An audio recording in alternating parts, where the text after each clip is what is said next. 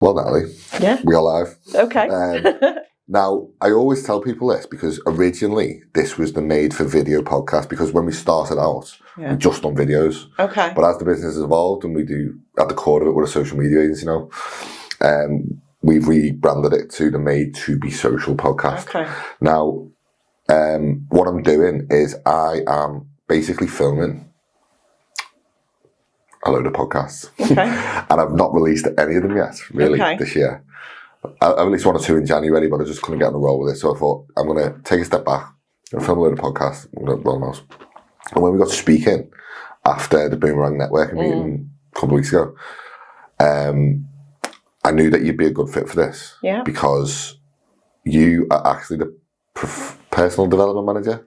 Director of personal development. Director of personal development at Wirral Met College, which is actually the college that I went to in my formative years. Yeah. My very formative years. Makes me feel old now. Yeah. And it's crazy to me that people like yourself are like literally on our doorstep essentially. Yeah. And kind of like untapped potential. And you've got students and business owners like me who could collaborate together. Absolutely. Literally on our doorstep. So that's what I hope this podcast will do for like a lot of business owners and people who want to essentially get into work and go through this sort of college system. Anyway, for anyone in my audience who may not know who you are, in the immortal words of Phil Black, who are you and where do you come from? So my name's Natalie Willetts and I am the Director of Personal Development. I do have a Head of Personal Development as well that works directly for me, but I'm the Director of Personal Development at Wirral Met College. Actually, I'm from Ormskirk. That's my my hometown. But do you still live there? I still live there now. Nice. Yeah, I'm still there. And so what made you come over to the dark side?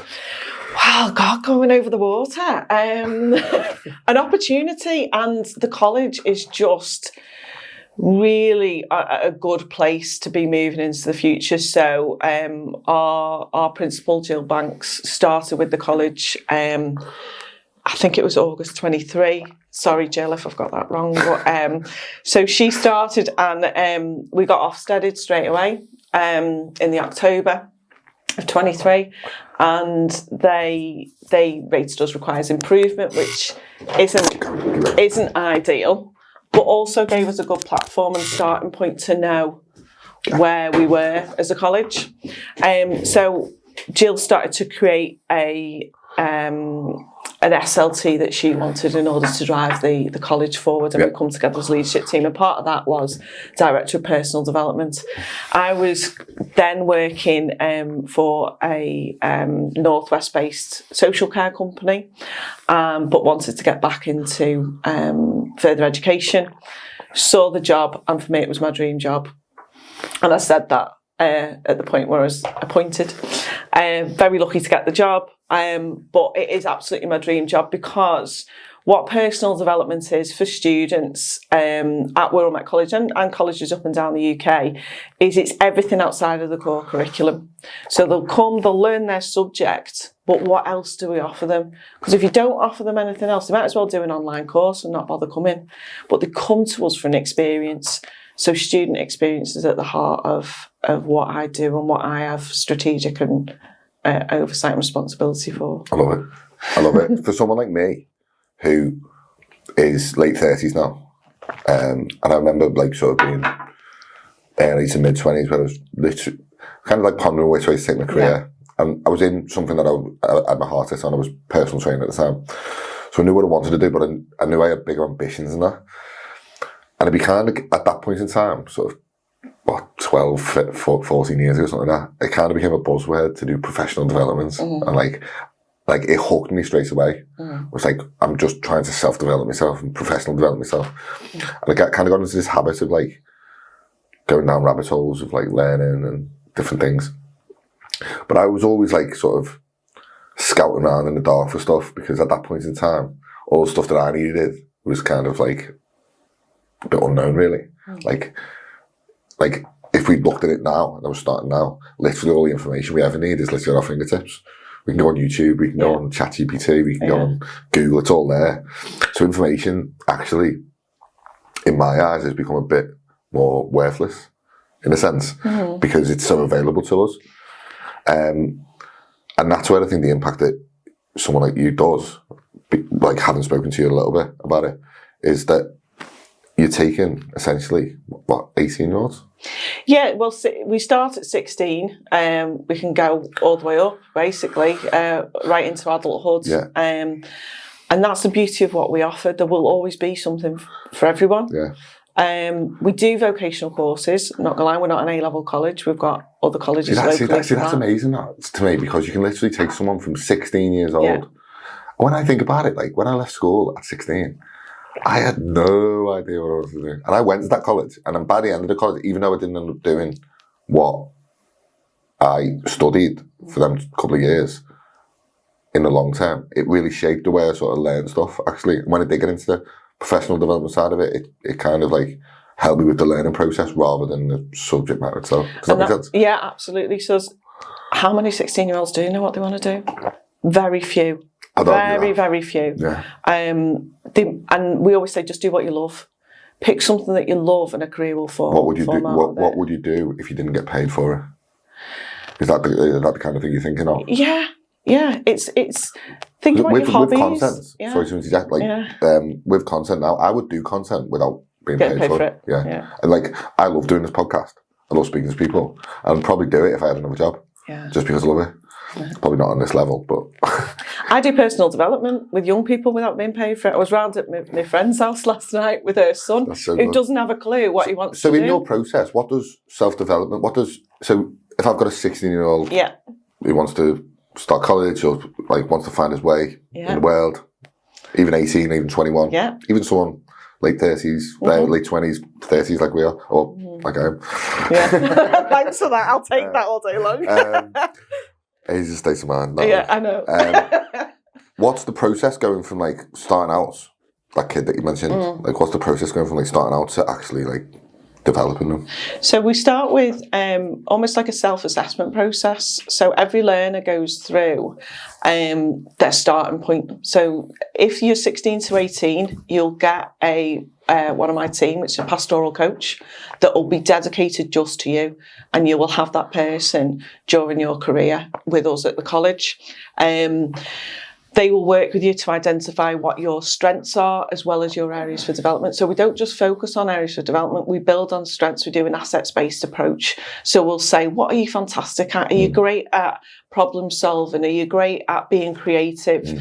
And we'll build on those strengths to help them get over whatever barriers they might have.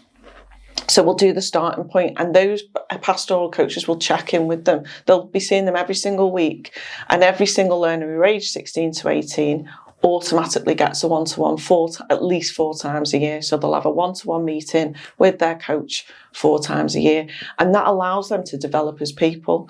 But also within the curriculum, our curriculum staff have to focus on what we call KSB, and KSB is knowledge, skills and behaviours. So they're not just building their knowledge around the actual subject, it's skills and behaviours that they'll be able to take forward into the world of work, whatever they go into. So skills around team working, how to communicate effectively, how to write a report. A lot of young people now are missing those key skills in terms of writing, because everything's text or touch screen. So we build in reading and writing skills still so that they've still got that. And then the behaviours are time management, being present, listening skills, those certain behaviours, professional behaviours, so that we're developing them as individuals. So we do a tutorial system called Thrive Tutorial for our 16 to 18, and it's grouped. So the first term they spend learning study skills for how to be effective in college. Very different to school. Very, very different to school. It's a lot more independent learning and learning about a subject that they've chosen to do. All of our students have chosen to come to us, so we've got the privilege of being able to educate them.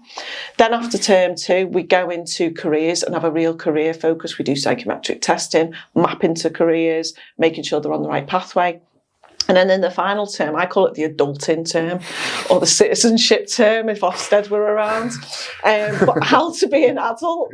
So it's things like how to open a bank account, how to read your wage slip. How many of us have started a job and gone, what on earth does that mean? So teaching them what a wage slip is. I remember my mum taking me when I was about 15 to like open my first bank account, and she'd teach me how to use the card and stuff. That's stuff that wasn't taught in any it's curriculum. not. And it's not taught. And, or, you know, unfortunately, the Wirral is, you know, quite a deprived area of the UK. And a lot of our young people that come to us have got parents who haven't got bank accounts or who've never been to the world of work, or so they're not exposed to that. So we've almost got a duty to show them how to do it. And if they know how to do it, that's brilliant, because we can use them as peer mentors to help their fellow learners, their fellow colleagues. So good. And then for our adults, because they don't have that process. So a lot of our adults will have support from our health and wellbeing team. We've got a dedicated wellbeing advisor for our adults, but we also signpost them a lot to a lot of external support that they can access. We're in the process of building an app at the moment called WMC Connected, that's going to be an app accessible for all of our adults, free of charge for them. They'll be able to access it, and it'll have all the things that they need locally, because some of them just don't know where things are. And it can be anything from my kid needs a school uniform and I can't afford it, right up to how do I actually get promoted in my job. I love that. And then our HA provision is flying as well, and then we've got our apprentices as well, and we offer, you know, a similar thing through the apprenticeships as well. It's so good, because we live in an age now where people are a bit like I blame COVID a little bit. Yeah. Like I'm not a conspiracy theorist. I'm not at all. I'm not at all. But you got these people who, like, I mean, when we were young, take the COVID jab as an example. Yeah. When we were young, getting a vaccination was like the norm. Yeah, you just did it. Everyone just did it. Yeah. Now it's like everyone's scared of it. Everyone's like got a conspiracy about everything, and there's definitely like a conception about the schooling system that is getting a bit dated. So when I speak to people like you, it's actually quite refreshing to hear like somewhere like Wirral Met College is doing such great stuff to help these people, because like you say, like these people, like, and I've come across it myself, like I've done work at the Hive in Birkenhead, and these kids essentially have got nothing to really cling on to. No, and the school system could be regarded as dated. It's what we've got to live with, but there's a lot of kids who are square pegs trying to be fitted into round holes, and it's such a cookie cutter approach that not everyone's going to fit it. The beauty of our college is, regardless of what you got in your GCSEs, there'll be something for you. Yeah, I love that. So you might not have got your 5 grade 4s and above, or grade 5s and above, and if you do, great, because we've got something for that. But we're really good at supporting our, I won't say our lower level ability, because it's not about ability. It's about what they did or didn't achieve in a GCSE. Ability is nothing comes into it. But we have 2 amazing programmes at the college, which I'm really proud of. I'm not directly involved in them, but I am so proud that they're part of Wirral Met. So one is what we call our Roots programme. Roots as in a root, not roots as in branches. I thought it was that when I first started, because either would make sense. But it's for our learners who haven't had the best traditional college experience, and they'll come on our Roots programme, they'll spend 12 weeks on that programme, stabilising themselves, feeling secure in an environment, because a lot of it is around attachment and their early childhood experiences. Sure. So they feel secure, they feel safe, and then they can go on and learn, because learning can only happen when you're in a position that you're ready to learn. So we get them into a position where they're ready to learn, and it's routes to employment, routes to success, different things. Definitely. Run by our amazing head of department, Ian Core, and his deputy, Shelley Johns. So they do a brilliant service there. And then on the other side, we have a fantastic preparation for life provision for learners with really complex needs, really high complex needs. So whether that be learning disabilities or physical disabilities, or a combination of the 2.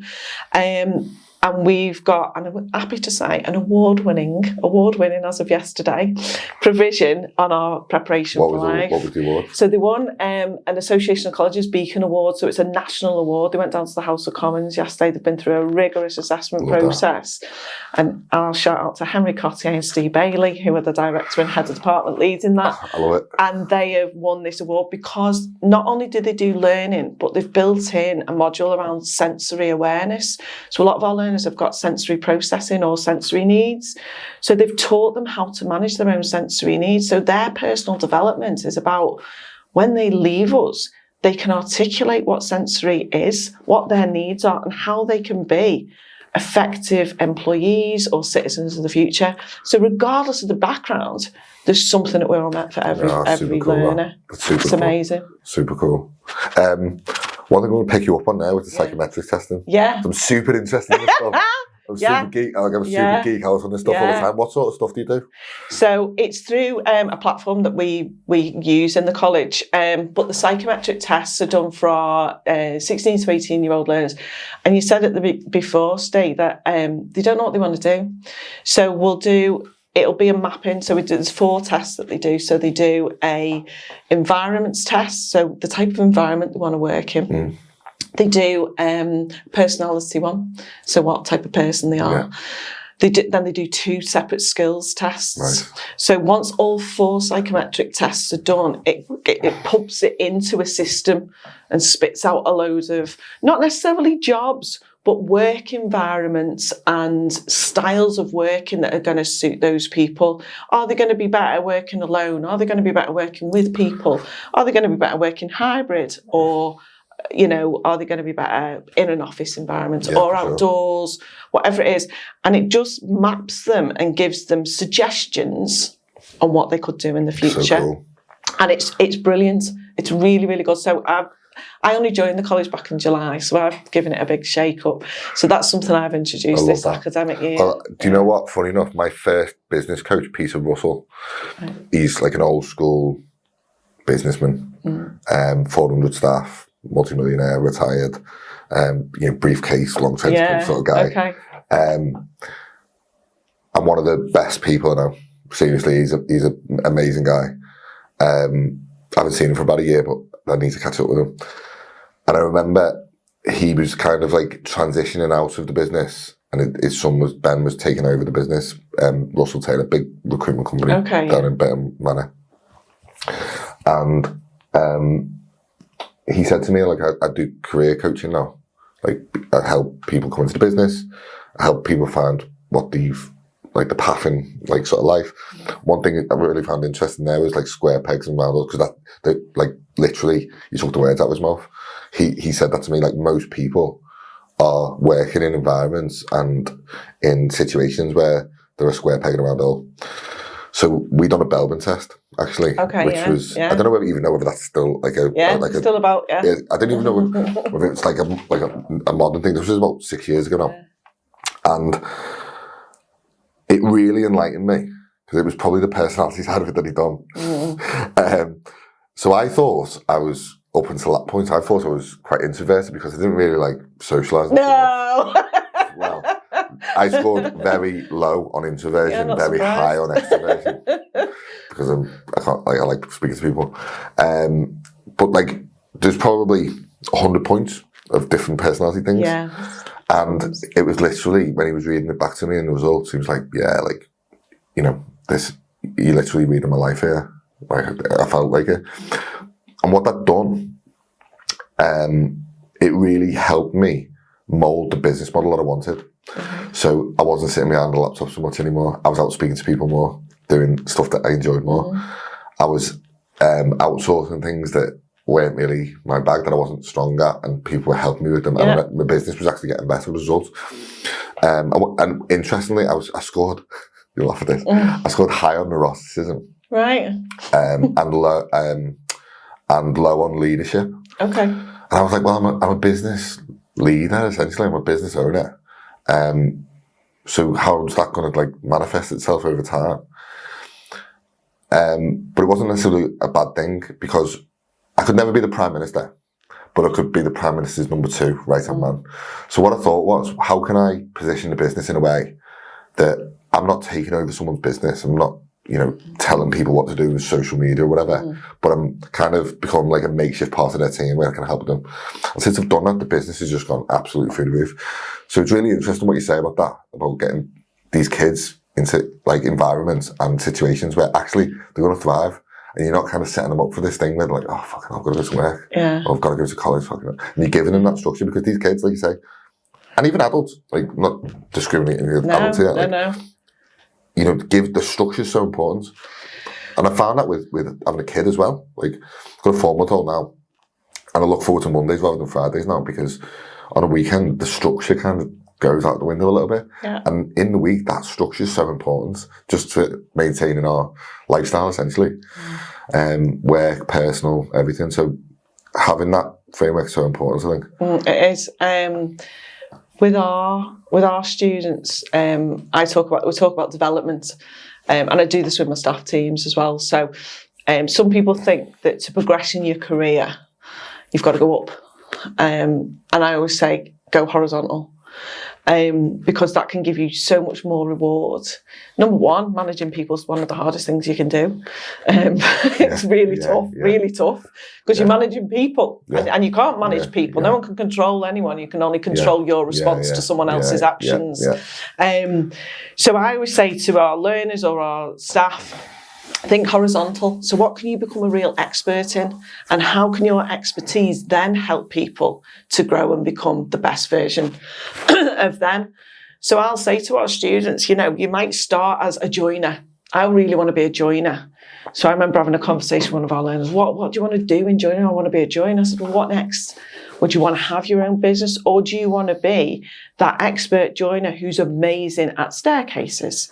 And then you suddenly become this amazing go-to person for staircases, and you are the expert in that. And it's making people think, actually, my career can progress just because I'm not going up. And if people want to go up, we'll support them to go up. They've just got to be aware of what comes with that. You get further away from your core business, and you end up managing the people who have to do the core business for you. So if you go across, you get to enhance, you get to enhance exactly what you want to do, and outsource the other things, because then you become the figurehead and the expertise. So you've got to think about, what are people going to want to come to you for? And if you're the expert in it, and this is what we say to our learners, so from moving further on in the Wirral Met journey, we'll be looking at the core pathways. So every learner that comes to us now has to do individual learning plans. We're going to end up having individual career plans. So what that looks like. So do they want to do the vocational route and carry on learning? Do they want to do an academia route and go on to university, and that's great for them? Do they want to go into employment and plod along for a bit? Or do they want to become an entrepreneur and really learn business and work for themselves? So we'll expose them to all these opportunities as they go through. So good, Natalie. You literally speak about me. I literally speak to my clients and customers and students of what I do in exactly the same way. Like, I have the same, it's like scary that you just said it that way. Because essentially it's picking a niche and becoming a specialist in that niche. So when people show up on socials, like, you could say, well, I'm a social media coach, let's say, or a social media marketer. Okay, but I'm a social media marketer for colleges. That becomes a bit money. I'm a social media marketer for colleges in the Wirral area. Becomes a bit money. Now I'm definitely talking about you. And that's how you attract people, right? So essentially, you're giving them a skill of not just giving them a skill of what they want to do, but actually giving them a market as well that they can operate in. And that essentially becomes like a never-ending skill, because how many people get into it and they're like, oh yeah, I'm going to become a personal trainer, or I'm going to become a joiner, or I'm going to become an electrician, and all of a sudden they're an electrician, but they've got no work, they've got no sales and marketing skills. And that's where I really geek out on, being a content marketer myself. I'm the same with leadership.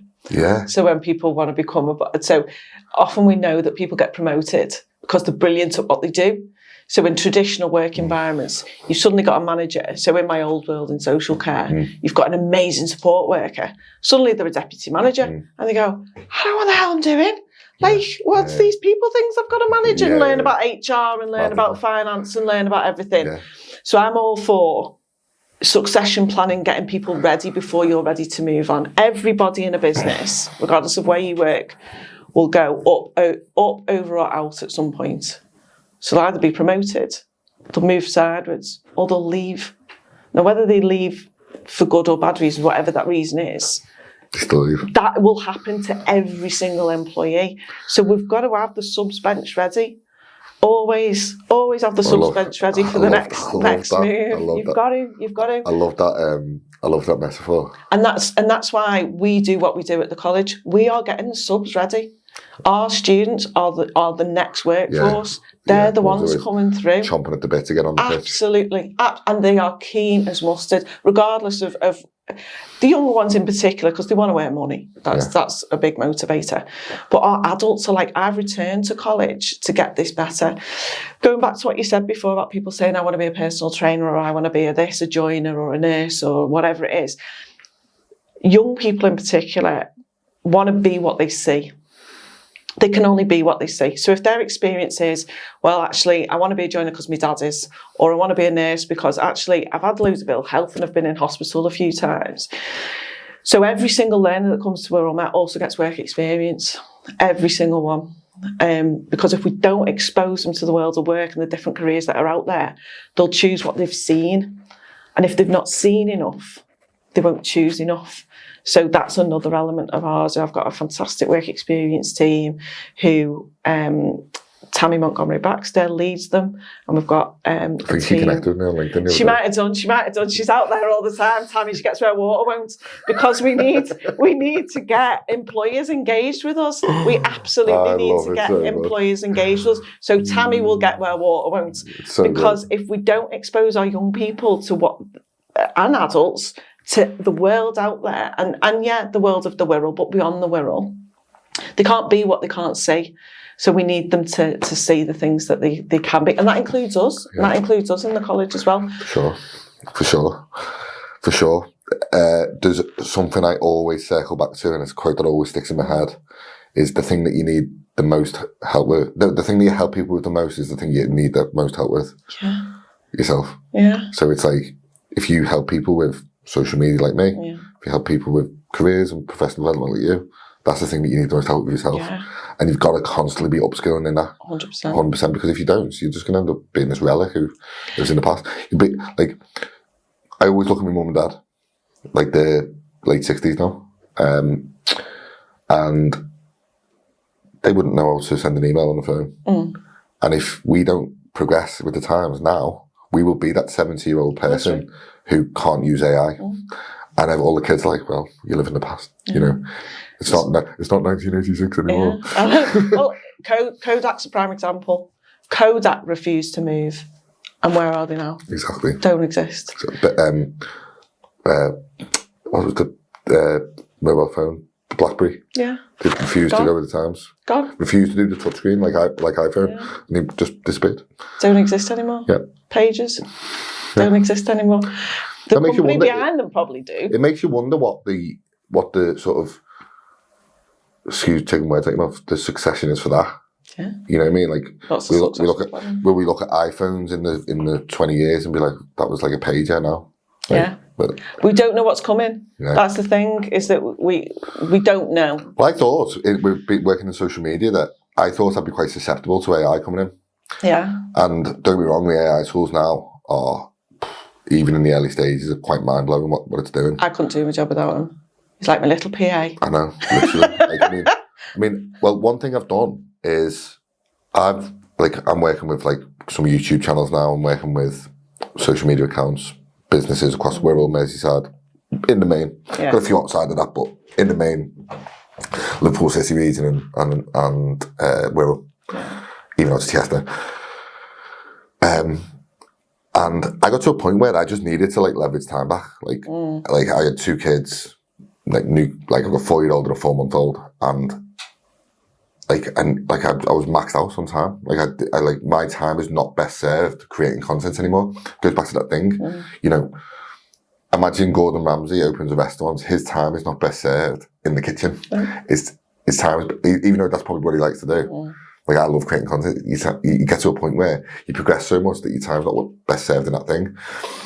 So I need to be working on business, doing developments, doing all that stuff, and growing what I want to do, and building the vision rather than actually doing the thing, which is quite like a conflicting thing, really, in your head, because it's something that got you into it. You love doing it, and all of a sudden you kind of got to like let the subs bench come on and do that for you.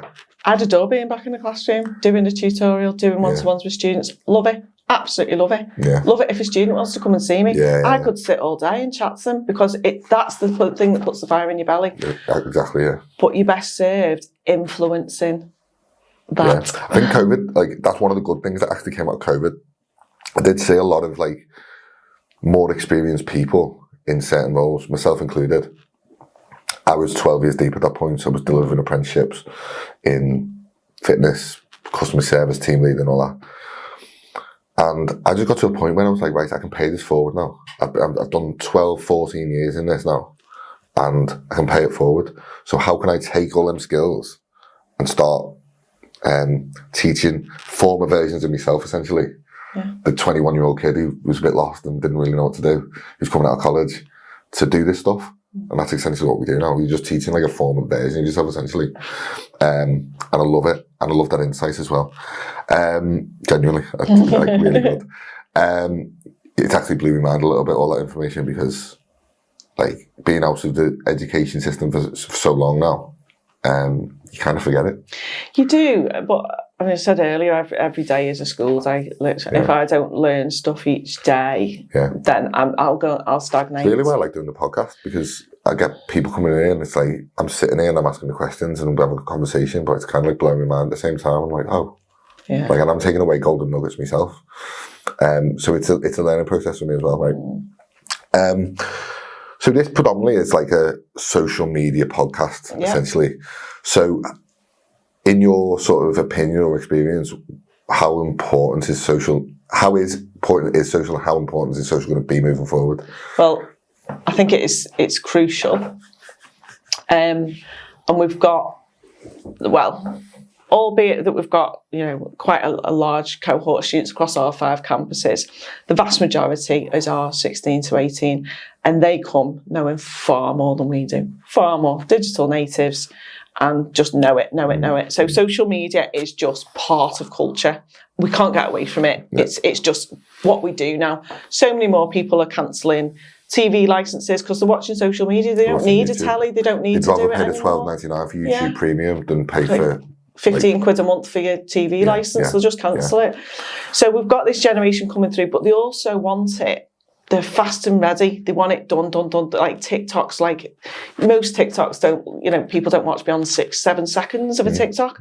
So we need to kind of get ahead of the curve and think about that. So social media is crucial in that sense that the students that we attract just know it and live it. And that's what they spend the time to doom scrolling, doing that.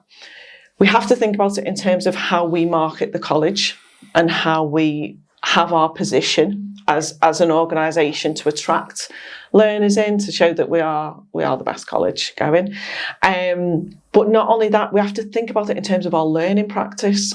So our teaching staff will soon have to rethink how we deliver learning, because it is short, snappy, bite-sized, quick. I want it fast and ready and a bit dirty and a bit rough. Yeah. We can't teach like that because our rewarding bodies specify and our regulators specify how we need to teach.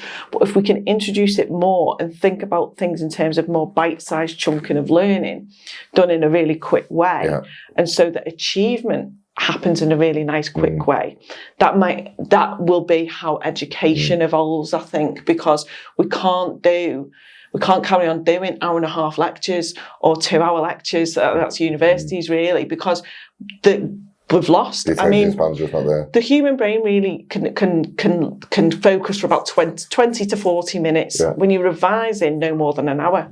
So it's how much our brains can actually take in.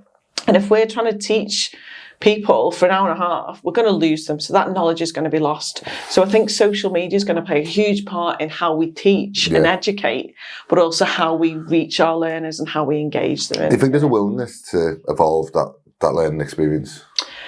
I think there is amongst educational professionals. Whether there is amongst awarding bodies and regulators is another matter. Like a financial thing? I don't think so. I just think it's more a case of we've always done what we've always done and it's always got results. So it's, awarding bodies change their curriculum specs. So we're talking the people who actually issue the qualifications. So AQA, Pearson, EdExcel, WJEC, those type of people. I'll go on, this is how we've always done it. So they don't necessarily prescribe how you should assess, but they'll certainly say what needs to be assessed. So it's understand, describe, discuss, identify, demonstrate. In what form that takes.